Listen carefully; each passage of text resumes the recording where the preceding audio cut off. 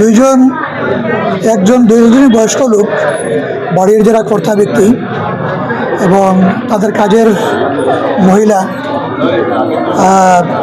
দিনের আলোর মধ্যে সকাল আমরা যতটুকু খবর পাচ্ছি 9টা সাড়ে 9টার দিকে ঘটনা সংঘটিত হয়েছে। এইভাবে দিনে দুপুরে যদি একজন মানুষ তার বাড়িতেও নিরাপদ থাকতে না পারে তাহলে আইনশৃঙ্খলা পরিস্থিতি কোন পর্যায়ে রয়েছে এই বিষয়টা নিয়ে কিন্তু প্রশ্নের উদ্রেক হয়।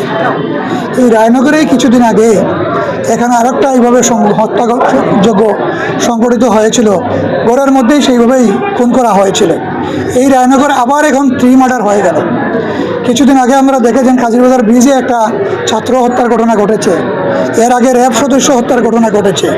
এইভাবে পরপর কিন্তু আমাদের এই নগরীতে এই হত্যাযোগ্য এবং খুনের ঘটনা বলতে হবে যে এটা নিয়ন্ত্রণহীনভাবে চলছে এবং কোনো ঘটনারই খুব ভালো করে চিহ্নিত হয়ে প্রকৃত দোষী যারা তাদেরকে এখনও শাস্তির আওতায় ভালো করে নিয়ে আসা হয়েছে, আমরা এটা দৃশ্যমান দেখি নাই।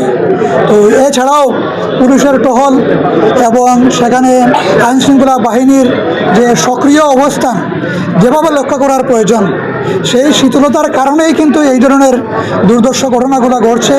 এতে করে কিন্তু আমরা নগরবাসী উদ্বিগ্ন, আতঙ্কিত এবং সেটার সুষ্ঠু বিচার আমরা চাচ্ছি, যাতে এটা সঠিক তথ্য উদ্ঘাটিত হয় এবং আইনের ফাঁক ফুক দিয়ে যেন এখানে প্রকৃত অপরাধী বেরিয়ে যেতে না পারে। এই ব্যাপারে প্রশাসনের কর্তা ব্যক্তিরা যারা রয়েছেন কার্যকর উদ্যোগ নেবেন, ভূমিকা রাখবেন, সেটা আমরা প্রত্যাশা করছি।